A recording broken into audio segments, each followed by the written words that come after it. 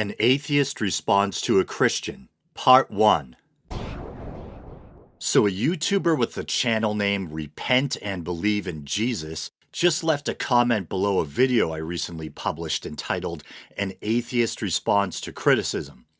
Their comment basically consists of a long list of questions apparently intended to function as a challenge to the atheistic worldview. And I want to thank the person up front for at least being civil and not attacking me personally. I'm kind of emotionally exhausted from doing that last response to criticism video and don't really feel like getting bogged down in another nasty online feud just yet. But I am in the mood to flex my analytical muscle, so I think I'll work my way down your laundry list and tackle your claims one by one. So first up, they say, why can't we recreate a rainbow indoors without glass or a mirror? Well, if I was going to simply be a wise ass, I would say, well, a rainbow is an outdoor weather phenomenon that requires certain meteorological conditions. It's almost like asking, why doesn't it snow indoors?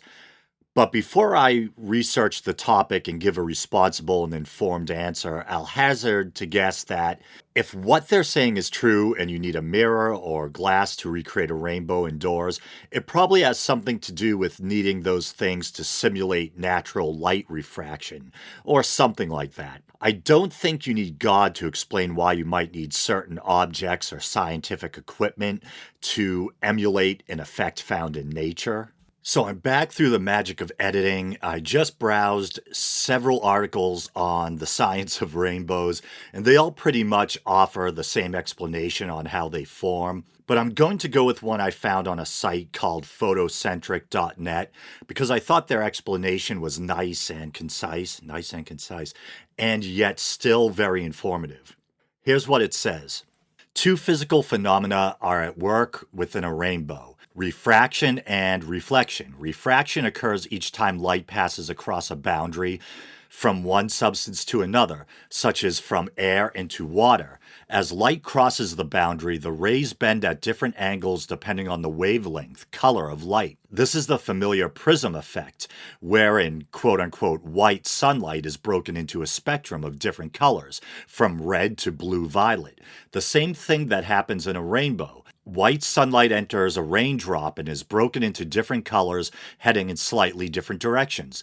The light is then reflected and magnified off the back of the raindrop and passes back into the air again, in the process being further refracted.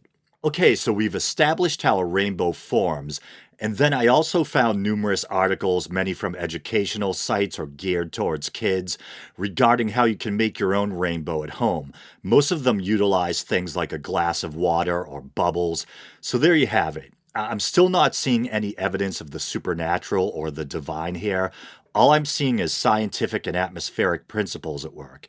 You might argue that God created nature, so nature and scientific principles in themselves are evidence of God, but that's pure speculation. Show me concrete proof that some higher power or personal creator God exists. So next on the list, why was there lunar eclipses on Jewish festival days last year? Well, off the cuff, I might say coincidence, or maybe it has something to do with the design or pattern of the calendar. Here's a little background on the Jewish calendar from a site called, and I kid you not, Jewfact.com. And no, I don't think it's being pejorative or disparaging. I think that's just the domain name, and it's a pro-Jewish site, and the homepage is entitled Judaism 101. The Jewish calendar is based on three astronomical phenomena: the rotation of the Earth about its axis, a day, the revolution of the moon about the Earth, a month, and the evolution of the Earth about the sun, a year. These three phenomena are independent of each other, so there is no direct correlation between them. On average, the moon revolves around the Earth in about 29 and a half days. The Earth revolves around the sun in about 365 and a quarter days. That is about 12.4 lunar months. The civil calendar used by most of the world has abandoned any correlation between the moon cycles and the month, arbitrarily setting the length of months to 28, 30, or 31 days. The Jewish calendar, however, coordinates all three of these astronomical phenomena. Months are either 29 or 30 days, corresponding to the 29.5-day lunar cycle. Years are either 12 or 13 months, corresponding to the 12.4-month solar cycle. The lunar month on the Jewish calendar begins when the first sliver of moon becomes visible after the dark of the moon. In ancient times, the new months used to be determined by observation. When people observed the new moon, they would notify the Sanhedrin. When the Sanhedrin heard testimony from two independent, reliable eyewitnesses that the new moon occurred on a certain date, they would declare the Chodesh or Kodesh, hope I'm not butchering that, first of the month, and send out messengers to tell people when the month began. The problem with the strictly lunar calendars is that there are approximately 12.4 lunar months in every solar year, so a 12-month lunar calendar is about 11 days shorter than a solar year, and a 13-month lunar is about 19 longer than a solar year. The months drift around the seasons on such a calendar. On a 12-month lunar calendar, the month of Nisan, which is supposed to occur in the spring, would occur 11 days earlier in the season each year, eventually occurring in the winter, the fall, the summer, and then the spring again. On a 13-month lunar calendar, the same thing would happen in the other direction and faster. Okay, so we can already see that obviously the calendar was designed to follow the lunar cycle, so it shouldn't surprise us if important holy days on the calendar correspond with lunar events.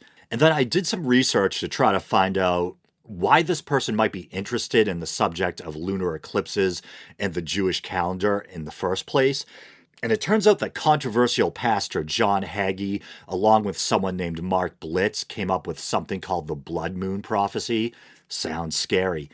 Here's a brief paragraph from Wikipedia. The blood moon prophecy is a series of apocalyptic beliefs promoted by Christian ministers John Hagee and Mark Blitz, which state that a tetrad, a series of 4 consecutive lunar eclipses coinciding on Jewish holidays with 6 full moons in between and no intervening partial lunar eclipses, which began with April 2014 lunar eclipses, is a sign of the end times as described in the Bible in Acts 2:20 and Revelation 6:12.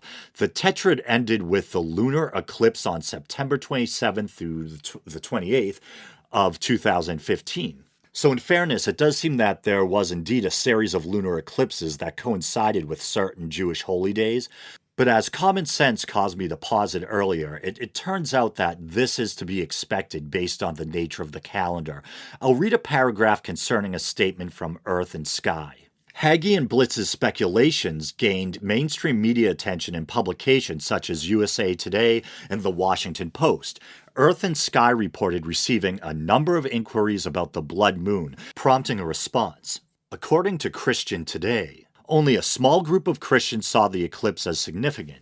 Writing for Earth and Sky, Bruce McClure and Deborah Bird point out that the reference verse also says the, and in quotes, sun will be turned into darkness, an apparent reference to a solar eclipse. They note that since the Jewish calendar is lunar, 1/6 of all eclipses will occur during Passover or Sukkot. Or Sukkot, I'm probably butchering that too. If I have any Jewish listeners and you're fluent in Hebrew, please let me know. Furthermore, there have been 62 tetrads since the 1st century AD, though only 8 of them have coincided with both feasts. Thus, the event is not as unusual as Hagee and Blitz imply. Additionally, 3 of the 4 eclipses in the tetrad were not even visible in the biblical homeland of Israel, casting further doubt on Hagee and Blitz's interpretation. Even then, only the very end of the last eclipse was visible in Israel. Writing for Space.com, Jeff Garrity said he was saddened that prophets of doom view these life-enriching events as portents of disaster, and said the eclipse was hardly something to be concerned about. In January 2015, Mike Moore, the then General Secretary of Christian Witness to Israel, wrote a lengthy article dismissing the claims of Blitz and Hagee. Moore's view was that no significance can be drawn from the eclipse. And I should mention that Blitz apparently predicted the Second Coming would take place in the fall of 2015, following the Great Tribulation, which he predicted would begin in 2008. Obviously, the prophecy, like all end times prophecies from antiquity to modern times, was a dud. Fear not, the world will end someday. 99%, or at least for us, 99% of all the myriad species that have ever existed are now extinct. And I don't think in the long run will prove to be any exception. Eventually, if we don't wipe ourselves out first through warfare, exploitation of resources, climate change, etc., nature or a hostile cosmos will probably do us in. And furthermore, no matter what, and ain't this a bummer, each one of us frail, finite beings will inevitably face our own personal end of the world via natural causes, old age, disease, etc., or through some unlucky accident, natural disaster, or being on the wrong end of man's inhumanity to man. Keep chasing rainbows and don't forget to smile. This is the end of An Atheist Responds to a Christian, Part 1.